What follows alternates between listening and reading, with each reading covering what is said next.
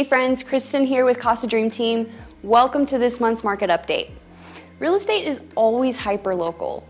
One neighborhood might feel like a buyer's market, while just a few miles away, it's still a seller's market. And that's why local expertise matters so much.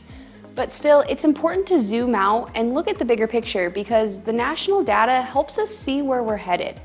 And according to Brian Buffini's mid-year bold predictions, the national story is this. The average home price is only $500 different than last year. $500. Surprising, right? Because maybe it doesn't feel that way. With all the noise out there, all the media headlines, it may seem like prices are climbing or even possibly sliding, but what the data shows is stability. Prices are sitting about 8% above the long-term trend line, which is well within a normal range. But here's where things can get a little interesting. So rates right now have been hovering around the 7s, and this is keeping some buyers cautious. And when we see them dip closer to 6%, everything is going to shift. This will open the door for 5.5 million households, including 1.6 million renters who can suddenly afford to step into home ownership. That's the surge that's building behind the scenes. Now let's layer in a little bit of the broader economy. Inflation and unemployment are both moving in the same direction, something economists call stagflation. The tricky part is when both unemployment and inflation are heading in the same direction, the policies that battle inflation aren't the same ones that solve unemployment.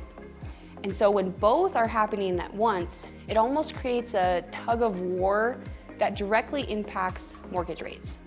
So what does this mean for you right now? For buyers, this market is giving you something that you haven't had in the past few years, the chance to be choosy. You no longer have to kind of like a house just to get something. You can take your time, look at multiple homes, and even go back for a second showing and choose the one that you truly love. That's a gift this market is giving you. But here's the catch. Once rates ease, those millions of buyers are going to flood back into the market.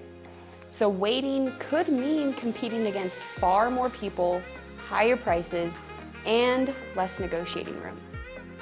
For sellers, buyers today are still active and they're more thoughtful. That means strategy matters.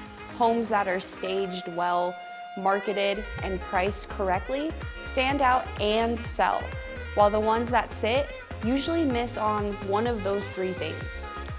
The good news? Inventory is still limited and serious buyers are looking. So if your home shows up as the best option in your price point, you're in a strong position. To wrap up, here are Buffini's mid-year predictions for 2025. Existing home sales should go up about 3% by the end of this year. New home sales should climb about 5%. The median home price nudging up about 1%.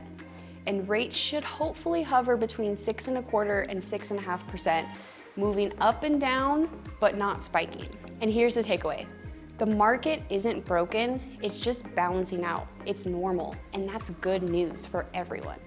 The real question is, do you want to look back 5 years from now and wish you had made a move, or look back and be glad you did? Thanks for tuning in. I'll see you in September.